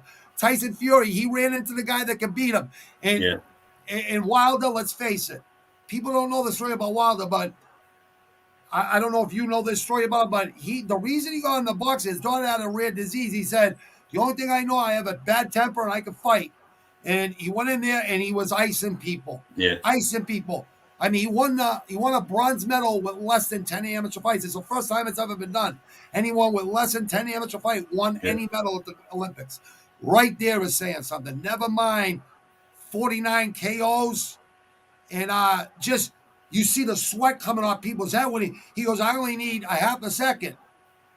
And he was right, but he wasn't a technical boxer. I said, he got rid of Mark Breland, right? The guy that threw in the towel? Yeah. That guy won 4 Golden Glove championships in the Empire State Games, the New York Golden Gloves. You know how hard that is to win? I mean, what you need to do is go back to the fundamentals, not to go lift weights. Lifting weights are going to help you fight. Yeah. It's going to make you slower. The more muscle you have, the more bulk muscle, the more cardio you need. And even if you have it just doesn't mix. You have to get lean and mean. And you have to build, the calisthenics muscle. Yeah. There's nothing wrong with doing lightweight and a lot of reps. And if you need a little more power, you don't have a lot of power. You want to get a little bit more power. But I think weights hurt you in fights. I really believe that. Unless you're just doing lightweights, Look at Bruno. Frank Bruno's a classic example. The British heavyweight, Frank Bruno. He was a great fighter. He was a great fighter, but he was so muscle bound. He was knackered after 4 or 5 rounds. He was chiseled. He looked like a Greek friggin' god, huh? Yeah. But after 5 or 6 rounds, he was exhausted from having to feed all that muscle and carry his muscle around all the time. Who is that other character that used to really funny? And Eubanks or? Oh, Chris Eubanks, yeah. Yeah. Dude, that guy was no joke. He was really weird. He reminded me of Hasid Rahman or not Hasim. That guy Hasim, the guy in the middleweight, really different, unorthodox, really technically not technically sound, but maybe he really was technically sound. I don't know. He didn't look it to me though, but he would always back it up. Yeah. Yeah, and Doesn't his son fights too, right? And doesn't he do the same thing? Talk shit and backs it up? oh, what Chris Eubank's son? Yeah, Yeah, yeah. he wants to fight Canelo now, doesn't he? Well, I'm gonna be honest, right? I don't think Canelo should fight any cruiserweight because that's basically like fighting Yeah, a heavyweight. After the weigh-ins, that guy's gonna be a heavyweight the next yeah, day, yeah, and you don't see Mayweather fighting heavyweights. I mean, he's got 3 belts, right? I mean, yeah, heavyweights hit hard. yeah. Canelo could be. Roy I don't know Jones done who. it though. I don't want to see that fight happen. I don't want to see Canelo. He's already went up weight classes and fought Yeah, guys that he should have never fought, but he beat them. yeah, And I think eventually, when you keep going up, you're gonna. He's not a heavyweight, and heavyweights hit a lot friggin' harder yeah, than any other friggin' division. It doesn't matter. And I know size don't mean shit. I know that in real life, on the streets, size doesn't matter. That's what I was going to say about Rocky Marciano. He was short. He was lower to the center of gravity. And I've always had harder times fighting smaller guys. The big guys are easy. Like, no bullshit. Like, big guys are really easy. you can open big guys up, can't you? Quite Yeah, easy. they have so many. Yeah, their Yeah, stomachs open. I mean, yeah, they're not holding their elbows down their stomach. They're not like, their chin yeah. and like this. They're keeping their chin way up in the air. Standing up. Yeah, Like their elbows out here, like this. And just sidestep, boom, hook.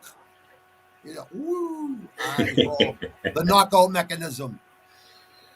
Rocky Marciano. Let me ask you, John, a couple more questions. I know it's late there in the UK. I appreciate your time so much. I'm so grateful to you for coming on my new podcast. And I can promise you one thing, John, that within 1 to 3 to 5 years, you know how these things work. Nothing happens overnight.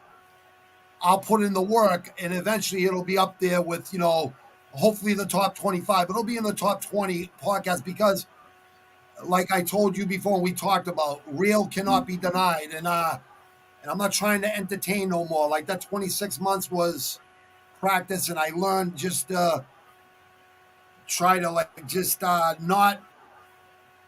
Nothing is scripted and brutally honest, but at the same time, I'm not gonna talk about smoking pot and all that shit unless I'm talking to someone that smokes pot. You know what I mean? Or a cannabis grower or something like that. Then we'll talk about it. But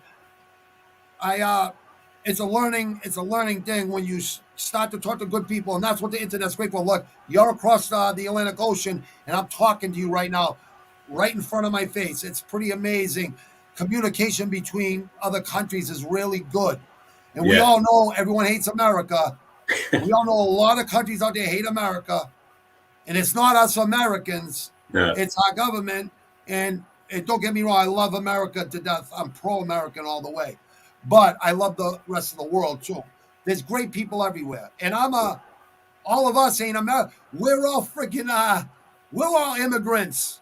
Our ancestors were immigrants that came over here. Mayan, Irish, Italian, German, they're all immigrants.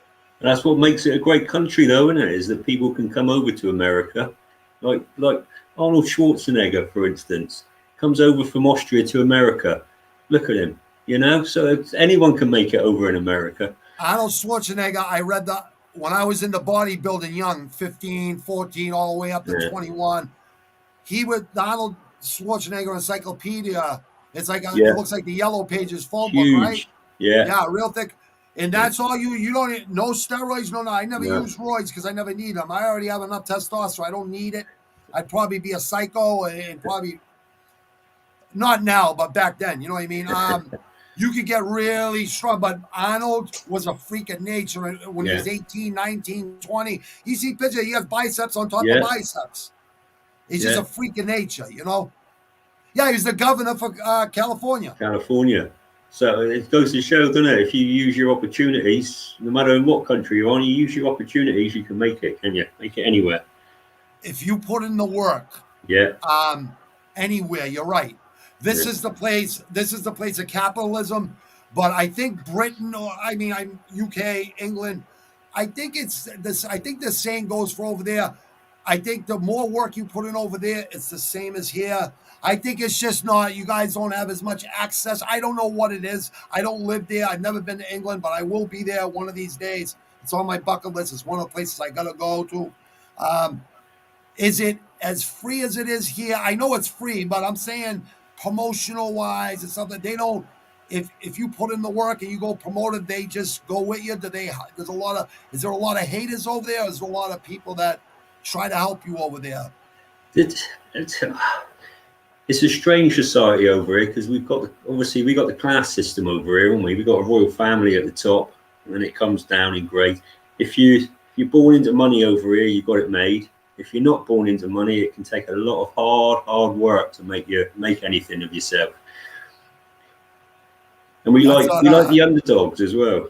It's like the elite, right? The elite, yeah. The elite, and then it's like the haves and the have-nots, kind of. Yeah. He said he looked like Alec Baldwin. My friend Conchero, he said he looked like Alec Baldwin, Marciano. Young Rocky looks like Alec Baldwin, and that's a compliment because Alec Baldwin is a handsome man. So Yeah, well, there you go. Rocky, I think if Rocky did, like I said earlier, God forbid, I wish he was still alive. I think he could have been a great movie star because he had that good character and charisma about him. He wasn't too. He gave it a go. You know what I mean? He did give it a go. He was in a couple of movies. One of them called College Confidential. That's what I thought. And I've seen him acting, and he would have needed a lot of work.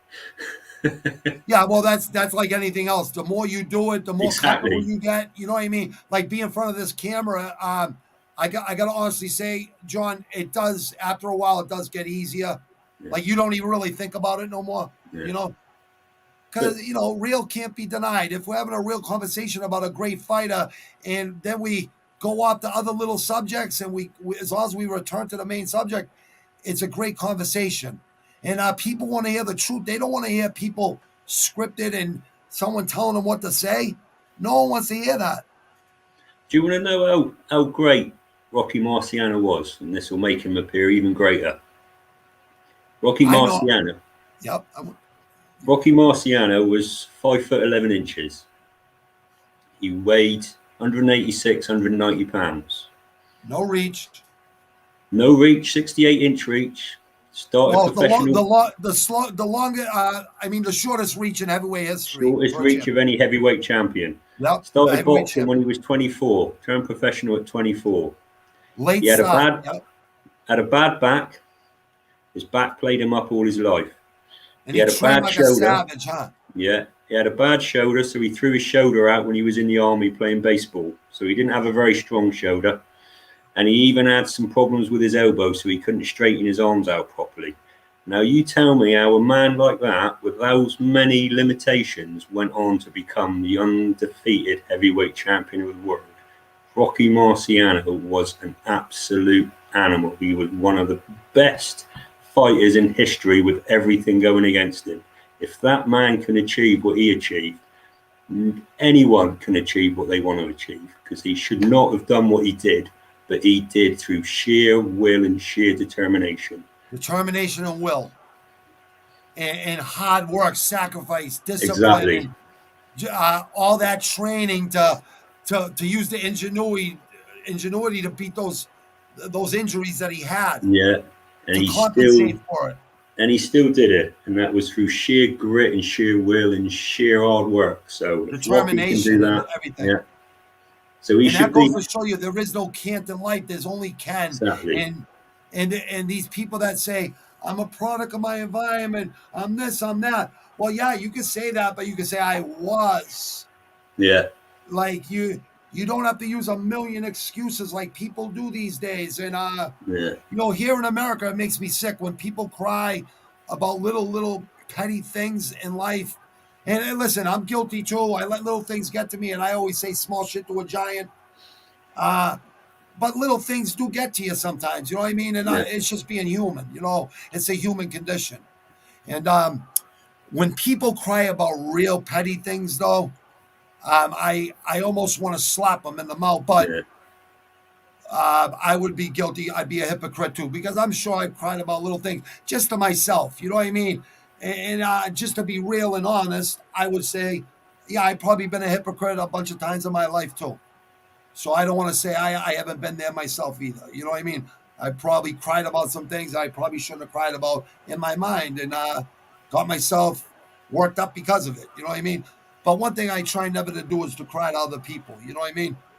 Because everyone has their own problems. You know what I mean? Yeah, exactly. Yeah, yeah, But we all need somebody to talk to. You know what I mean? And if yeah, it's even to talk to somebody and to listen, to somebody. Um, uh, the reason I really did this was to help people, John, and if it's to educate them on yeah, epic fighters, epic musicians, epic authors, like you're going to be considered. I think you're up there, John. I don't see too many guys ahead of you right now, and I'm a big Sidney Sheldon fan. I told you I read about over 1,000 books. yeah. Sidney Sheldon were books I could not put down. The Art of War was like a Bible to me. I read that 3 times and I knew it inside and out. You know, I don't forget all the parts. I mean, John, I read everything that's close to me. I have shelves all over, but here's the Bible. I mean, I Yeah. read a chapter every day. Like I try every day to just be as humble as I can, and try to be a little bit better than I was the day before. And I really believe, John, this is all my kids and all my family and all my loved ones and the people I love and care about. And even the people that I don't know that are good people that I would care about if I got to meet them, right? And I plan on meeting a lot of people. Okay, I plan on having some epic people. John Bones Jones, he's my favorite mixed martial artist. Tony Ferguson and Khabib. And I like Leon Edwards over there in England. I think he's a problem. I think he's a problem Yeah. for a lot of fighters. He said he comes from the projects there, and Yeah. his brother fights too. He's a mixed martial art, but he said a lot of stabbings, you know what I mean? And he Yeah. said mixed martial arts saved his life. So I believe, boxing and mixed martial arts, the only difference, they both have the warrior mentality. You know what I love about mixed martial arts, John? And I know if you start watching it with us on Saturdays, you'll become even more of a fan because they do fight the best. They always set up the best fighters to fight the best fighters. And it's not just one fight or 5 fights, Sean. It's 15, 18, 12. You're getting that every week, 3 times a week. But boxing, I'm really looking forward to really great boxing matches. And there's plenty of them to be made. There's plenty of them to be made this year. 2020 thing. Yeah. I think 2022 will be a big year for boxing. And this Should be. hasn't been a bad year. There's been some good fights. But I think there could have been more. You know what I mean? That's all I'm saying. Yeah. Like keep up with all these other mixed martial arts organizations because they're really spitting on freaking boxing. And it's not like they're doing it on purpose.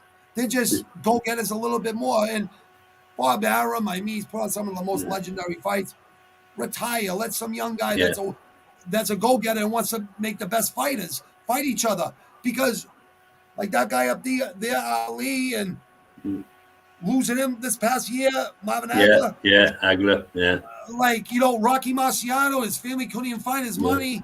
I mean, because he didn't trust nobody. He was being really smart, but he only knew he knew where it was. So Yeah. I want these fighters all fight each other, hate each other while they fight each other, but after the fight have honor, and they all made $100 million and do Yeah. it again and again and again for the next 5 years, and let the best fight the best and stop the shit talking. Let's find out who really is the best, and then fight like the middleweights and the 70s. Let's face it, we got a lot of good talent in those lower divisions of boxing, middleweight down. And I would love to see a lot of those middleweights and lighter weights fight each other because there's so many epic fights to be made. And if these guys could see Rocky Marciano fighting 16 times in a year before he won the title, and then what'd you say, 2 times a year when he had 2 the title? times a year. Yeah. Well, but when he fought those title fights, he was fighting 15-round fights, and he was nonstop. You never seen Rocky Marciano out of shape ever. No. With all those injuries.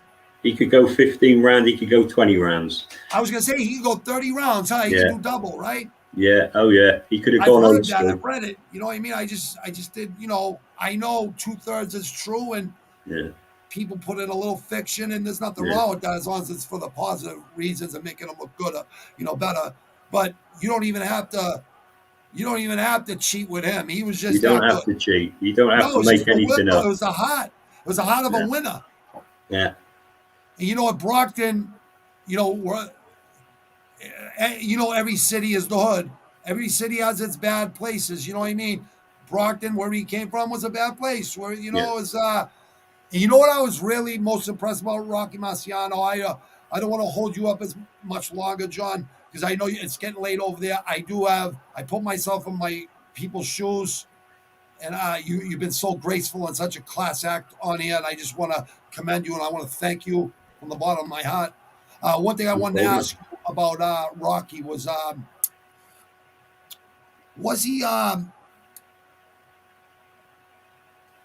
was he I'm trying to make sure I don't say this the wrong way. Did he ever? Why didn't he talk like smack to like sell fights?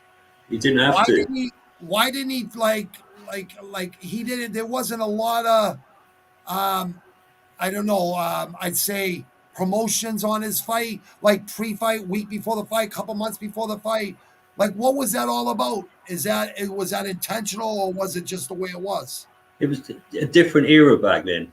You read Yeah, any of the fight absolutely, reports back then, very few people, because boxing back then, boxing's a dangerous sport. We all know that. absolutely. Back then, people were dying, people were getting killed.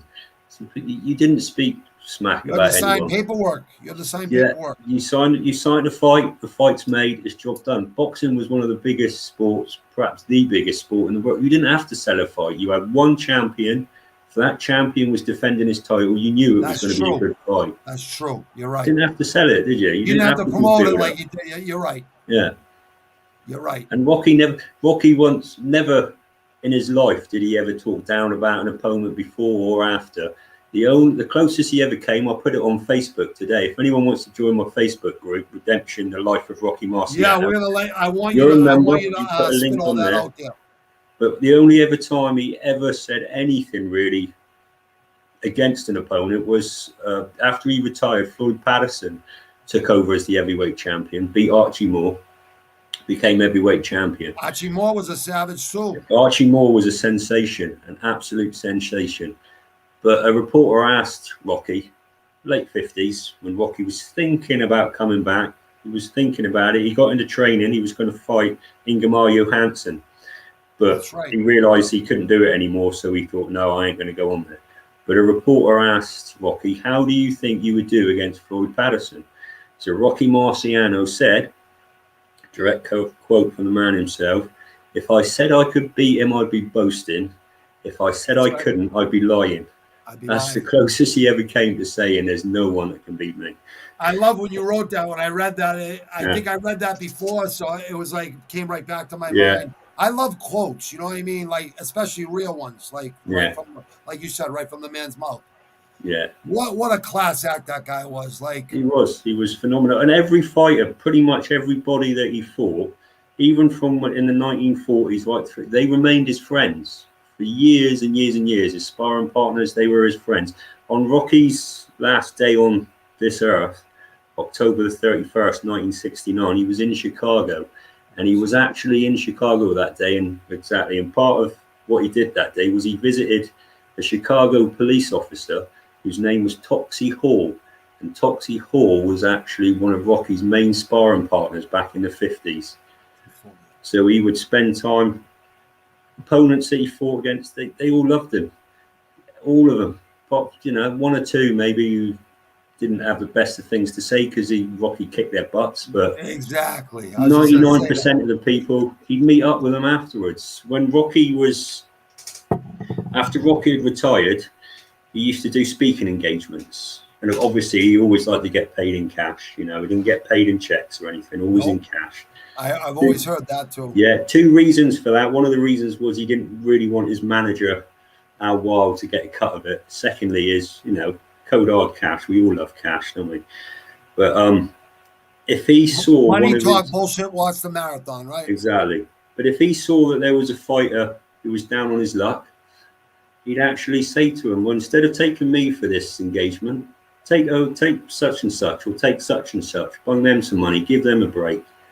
So Rocky did so much for boxing. Wow. There's What not one person, very, very few people who've got a bad word to say about Rocky. And this is people that have been smacked in the face by Rocky and they still love. Archie Moore said at Rocky Marciano's funeral that Rocky Marciano was a man he was proud to call his friend. You know? And that's saying something from a guy like that too. Yeah, you know? So and Ali used to always say, hey, the only guy that wouldn't whoop me would be Rocky Marciano because he would keep coming. Ali loved Rocky. Yeah, he said all he's his the life. only person I think that can mentally beat me and bring me into deeper waters than I can bring myself. Yeah. No, he did. He loved And Rocky. that's saying something. Yeah, Come on. And Muhammad always used to say, I would never say anything against Rocky because Rocky never said anything against me. So, exactly. And they spent that time together in the computer fight, didn't they? When they sparred against Rocky Marciano. Cool, huh? Yeah, Rocky 45 years old. Muhammad Ali was 25, 26. That's right. Rocky actually damaged Ali's ribs. Ali couldn't hold his arms up after that. And I don't know how Ali took George Foreman's punches that time with the rope-a-dope. Yeah, and but from Rocky was a different. Like he was lower to the center of gravity, and boy did he hit hard, man.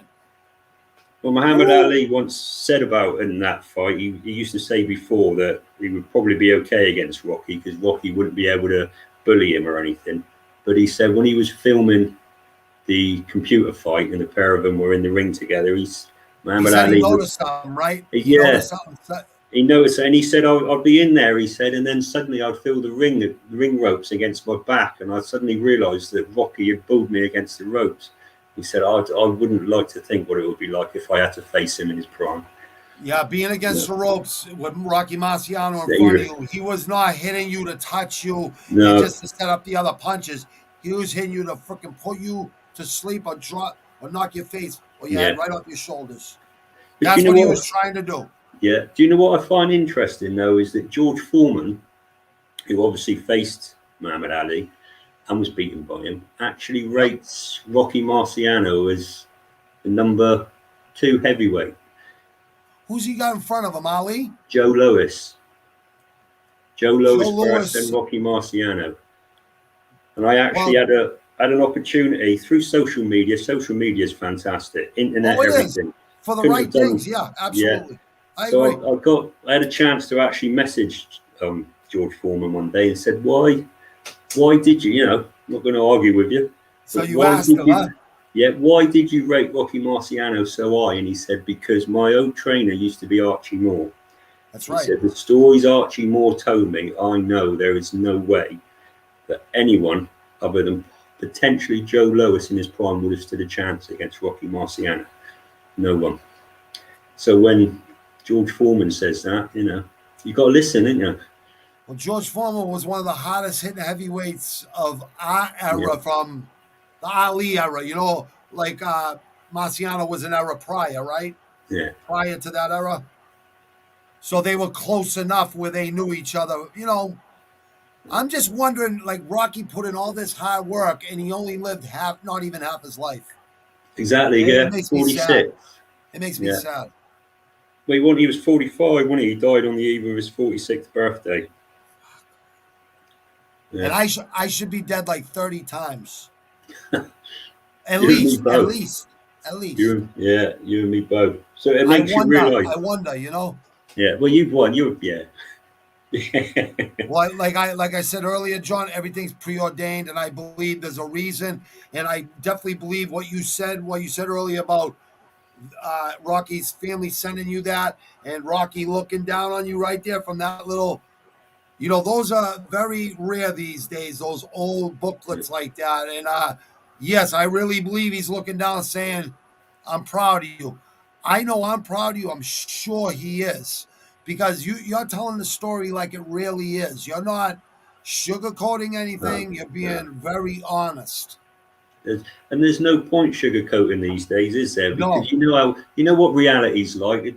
If you tell a story about someone and then suddenly something that's not quite what you want to hear comes out, suddenly it makes everything go like crap, doesn't it? So just tell the truth. There's nothing in Rocky's life that he needs to be ashamed about. Nothing at all. Nothing. And I just wanted to say, John, there's nothing. There's a hook. There's a hook line here. There's nothing you should ever be ashamed of, my friend. Anything. Thank you. And you I'm too. glad. I'm very glad to call you my friend, John Cameron from the That's UK. fine. I want you to sign off by telling everybody where they can find you on Facebook, if you have any other social media platforms, and I want you to promote your channel too. That channel where I tried to subscribe earlier, and where to find the book. No problem. So thank you for Yeah, we the want to sell. We want to promote you, no John. worries. Thank you for the opportunity, Don't Robert. worry. And Thank you for coming, John. no Honestly, worries. I mean that. So Redemption, The Life of Rocky Marciano, Volume 1, 1923 to 1949. You'll find it on Amazon. Just look it up under the title Amazon. Amazon worldwide, so anywhere in the world. Redemption, The Life of Rocky Marciano, Volume 1.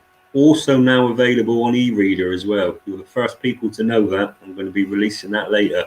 Is that ebooks That's on you can Kindle. listen So to? You that's a listen to world it? exclusive, that is. All right. It's now Wow. being released on Kindle, so you can get it on that as well. Oh, ebooks, And beautiful. check But me I out like on that book. Facebook. I want that book. You know what I mean? So I'm gonna buy one. But You buy it. I want to hear it on the ebooks too, because you get two different perspectives from it. Yours and then someone reading it to you. You know. I haven't done it This. on audio. It's not on audio. It's just on an ebook, Kindle books. You know, like you read on your tablet. Oh yeah, Yeah, I've seen. I think Kindle yeah, books is pretty. I think it's pretty popular over here yeah, from what I remember. I'm not. I know it's out there. I've heard of. I've yeah. heard of it. I prefer books. I don't like reading stuff off the screen. I prefer it in my hand. I like to read it in my hands, but Yeah. they say with an ebook, right, that you could get in 7, 8 books a week. It takes 20 minutes for a 300 What? page book, 20 minutes. So if I could get that much knowledge every Yeah, week, 7, 8 books, and I'm not talking about Rocky. I'd rather read about Rocky. I'm talking about like real estate stuff that I'm doing, flipping houses and yeah. stuff, like anything I want to hear. And I don't have to read the whole book. I can just listen to it while I'm taking a shit or working out or whatever, right? Well, that's a good thing with podcasts. Podcasts, isn't it? Because I listen to a lot of different podcasts. You learn so much. And yeah, I train. I still lift weights. You can't see, You but can I'm in the tell. I gym was going to ring. say you look fit. You look fit. Well, You you look know, very fit. You look very started strong. again. You look Not as very fit as I used strong. to be. No, you look. You could tell you look strong to me. I could tell. I could tell. I could tell, Thank John. you. You Well, I've look got a very 15 year strong. old daughter. Got a 15-year-old daughter, so I got to be in shape when she starts bringing her boyfriends home, and eh? Oh, you have no. I got mine just turned 27. My first daughter, my firstborn, and my son's turning 17 in April. So I have my hands full for 30 No, years, I'm brother. sure you Yeah, did. the girls be happy when they're kids Yeah. because when they get older, that's when everything gets more common. This is my best advice to you, John. Is the only thing you can do is let them go and let them find out. Even though it's daddy's little girl, all that stuff, right? They're gonna resent you more if you keep preaching to them. That's what I've noticed. I don't know. I've got two older daughters as well. I've got my You got eldest is two? my Oh, eldest is third? three. Oh, you got a 3-year-old Three. too? No, I've got 35-year-old, 30. 32-year-old, and a 15-year-old. Wow. So you're way ahead of me, man. Way ahead. I'm miles ahead. I'm a granddad and Whoa. everything. I got Yeah. grandkids and all sorts. But you must be really happy with And I grandkids still and look everything. this young. You do look really good, bro. I don't know how. Well, you're only about what 10 years older than me. I just turned 50 past January, but I'll be 51 in January. So, you're what are you 10 years older? 15 top? I'm around about the same age. You're the same age, right? Yeah, yeah. Yeah. So I listen. I train 2 hours a day. I really take care of myself. And when I shave, I look like I'm a little boy. I have that baby face. But the reason I do this so people do know I'm a little older. You're as old as you are. Yeah. I was born in the morning, not yesterday morning. You know what I mean? So people notice and they see all the ink and they just Yeah. know. But I can see it in you too, my friend. Like respect. I just want to say respect. I want to say respect, right? I want to say respect. I want to say salute. I want to say salute to you for what you've doing for Rocky Marciano, the legend in boxing. If nobody knows who Rocky Marciano is, I highly doubt you don't know who Rocky Marciano is, but or the younger kids coming up that are loving boxing and going back Yeah, to the old school. they need to learn. I really Yeah, suggest that you as a fighter, an ex-fighter, and still can handle mm, yourself to this day. I would recommend going to the old school fighters first and learning about all yeah, the old school fighters because the history of boxing is mind-boggling. yeah. You've got to know the history. You've got to have that base, and yeah, there's no good trying to be like Floyd Mayweather or anyone like that. You've got to go back to basics. Get the basics right, and the rest of life will follow. Yeah, Muhammad Ali, Mayweather, Tyson, Rocky Marciano, like you said, Yeah, sold out himself. He didn't need to promote, yeah, but those guys were the best promotions for their fights. Those yeah, guys exactly. They sold had that themselves. charisma, you know. Yeah, yeah, Like Mayweather, before he was money with Mayweather, he was Pretty Boy Floyd. He was just yeah, yeah, murking people, not using defense. Well, he's so good. He was so good that he didn't have the. He could slip punches and really knock people out. And then he what people wanted to see him lose. They still to this day want to see yeah. him lose. They They pay to pay. see him lose. So he had people paying to see him lose, and he would never lose. Yeah, So he's exactly. Clever. what's he 49-0 right now, right? Mayweather 50 and 49-0 0. like 50 and Rocky. 0 if you take the McGregor in that fight he had against that Japanese guy, the martial artist. I don't think you could call those. No, I give you know what. Here's one thing about Conor McGregor. That's so I don't put down fighters, and I never will, because I know what it takes to be a fighter yeah, and to win at the highest level. Because there's yeah, levels, you know what I mean. So I know what it takes. But when you talk shit, you gotta back it up, yeah, especially when you keep talking it. And what the antics he's doing now, like he needs to go to smoke the toad and do some mescaline or acid or mushrooms to let that third eye open up right here, the pineal yeah, gland, and it'll humble him. He'll realize he's just a small thing in this yeah. big universe. And um, John Cameron, I want to thank you for coming on Integrated 617. I'm very, very grateful to you, my friend. No I'm glad problem. you have friends now. I can call you my friend. I'm going to promote this podcast every day for the next month. I'm going to put it on every single freaking platform. The social medias, Twitter, Facebook, Twitter, and Instagram. Do you want me to put it on your group, or do you In want me fact, to put it on just those platforms? Period. no, you pop it on my group by all means. You're a member. Okay. Yeah. Okay. All right. Cool. I'll do that. Do you want to tell people one more time where your social media is and everything else? So essentially, Facebook. Just go on to Facebook, type in Redemption, the life of Rocky Marciano. You're on that group. They can Yep. join the group. I I'm gonna I'm post gonna things I'm on gonna there. share it with some people. Yep. Yeah, share it. I post things on there. I post little pictures, little quotes, things like that. I like Everything. how you give people shit too if they mess around on that. Exactly. I And love that. if people I come love on it. there and they do stuff that ain't right, they're gone. They're gone. They're out I of it. love it. I love it. All right? I Ain't love it. having that. John ain't playing that. He ain't having it. Yeah, I'm not having that. No, The site's a safe space. No matter that's your right. background, whatever, you come on there, you can talk about Rocky. You can, safe space. You come on there and try and sell T-shirts or try and put your views across about something Without else. giving you a couple percentage You're points, gone. Yeah, you gotta the guy that started the group should get a piece. If you want to do that, make sure you ask you permission first. yeah, What the frick? It's only right, and they yeah, should give you something. If they're gonna sell something off your thing, they should give yeah. you something.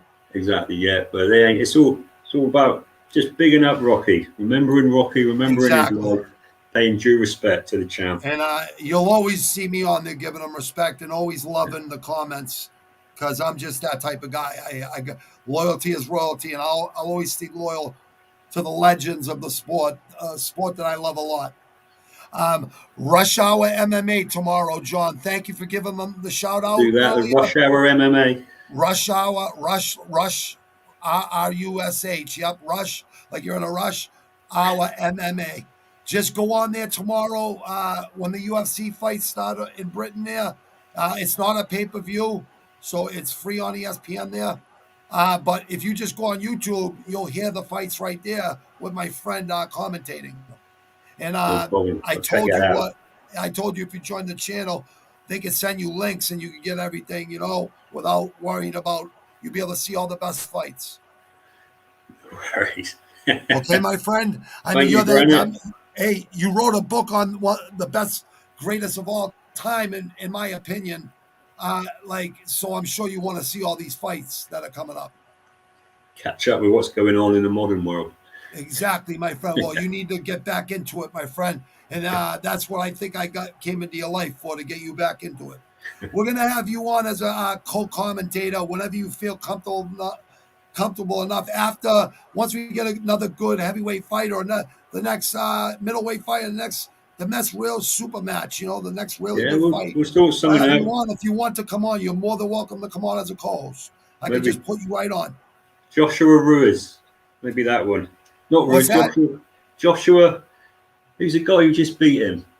Absolutely. Joshua, Ois. That's the AJ. one. Usyk or whatever. Yeah. So AJ, you think AJ's gonna fight again? He'll fight. He'll fight Alex. Yeah. Is it Ois who just beat him? Made him look Usyk, stupid. Usyk, yeah, Usyk. That's it. Usyk, yeah. Yeah. Yeah. I They'll was fight again. I would have loved to see Tyson Fury and AJ fight for all the belts, because that would have been epic. Yeah. I you got to give Usyk credit for beating, because AJ ain't just some guy you could just beat, but Usyk's chinny. with Ruiz, he made a mistake, underestimated Ruiz, when Ruiz had a really good amateur, and he could Yeah. punch. He might, But like, look at that, Tyson Fury, all that fat yeah. flapping, but he could Yeah. punch. But Joshua's lost to Ruiz. That's ruined his career because now every time he knows he can get No, knocked no, down no, no. now. I don't think so. I think he came back from that, and went back to his roots, and got in, and stopped lifting the weights, and he But he redeemed didn't. He himself. wasn't a fighter after that, was he? Before No, that, I he'd didn't. go in I there know and you're fight. right. I Yeah, thought he lost a little bit too. I think you're right, yeah. but he So did dedicate himself to he did. training, But just when boxing, not worried about being a weightlifter. You yeah. know what I mean? Because that's But what he looked like to me. you know what it's like though when a guy who's unbeaten suddenly gets knocked down and made to look a bit stupid. He's always got it in the back of his head. And if you noticed against Usyk, when Usyk was hitting Joshua wasn't too sure. He was a bit wary, wasn't he? Well, So mostly you're right. You're right. When people get knocked out, they always yeah, hesitate when they it's would have in never there, isn't it? hesitated before. Yeah, exactly. So And that's what makes people that lose and come back and win that belt again, like Tyson, Ali, and yeah, so many others prior. That's what makes them legends, because yeah, they got up off the floor, picked themselves up, and came back. And that's not easy to do. Like you no, said, once you get KO'd, it's always in the back of your mind, but yeah. it's the mental fortitude of a warrior to get that out of your fucking To get mind. that out of the mind and Even just if keep it's going. there, you just don't think about it that day, because it's only on that day when Yeah, the best man wins on that night. Sometimes it's just, look at Buster Douglas yeah, that night with yeah. Mike Tyson. Who thought he would have won? Nobody. No, no.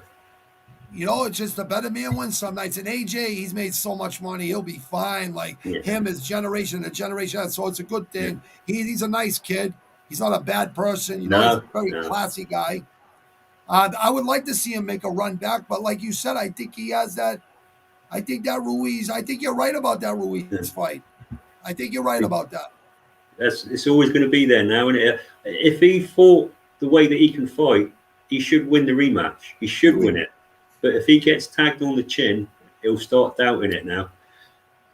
It's a shame. I think so too. It's a shame. A friend of mine, Kiwi, he said, "Hello, this guy Kiwi, this guy you'll meet on Rush Hour MMA. He's the one that gets us the okay. You know what I'm Yeah, talking about, right? Okay, yeah, he's from Australia. People visited the channel. I'm glad people seen it, but John, this will be out there. My channel is never going anywhere, and I'm not stop grinding. I'm gonna grind harder and harder and harder at this, and I'm gonna keep doing this. And you can come on anytime you want, John. Anytime you want to promote. When you want to promote the new book, I know that's a yeah. couple years away, but like I said, you want to come on everybody, and come on Rush Hour MMA on Saturdays. Check the UFC, and we watch the boxing too. So like he can't put it up on the screen because copyrights, but he Yeah. can commentate, and he does a real good job of commentating. We have a good crew of guys over there, all knowledgeable boxing and mixed martial arts fan. You'll fit right in. Everyone, there's about 5 people, the main guys that have been on here that's seen you. They know who you are. You'll always be respected, my friend. But thank you very much. Thank you for the opportunity, Granite. I appreciate it. Thank you for coming on, John. I appreciate problem. you, brother. I really do, my friend. You get a good night's sleep. I know it's late over there. It's about midnight now. Thank you for your time, John. I No really, really problem. appreciate your time. You take care, my friend. All right, You I'll take speak to care, you my soon. friend. You got it, brother. You got it. UK. Take it easy, my friend. I'll talk to you soon.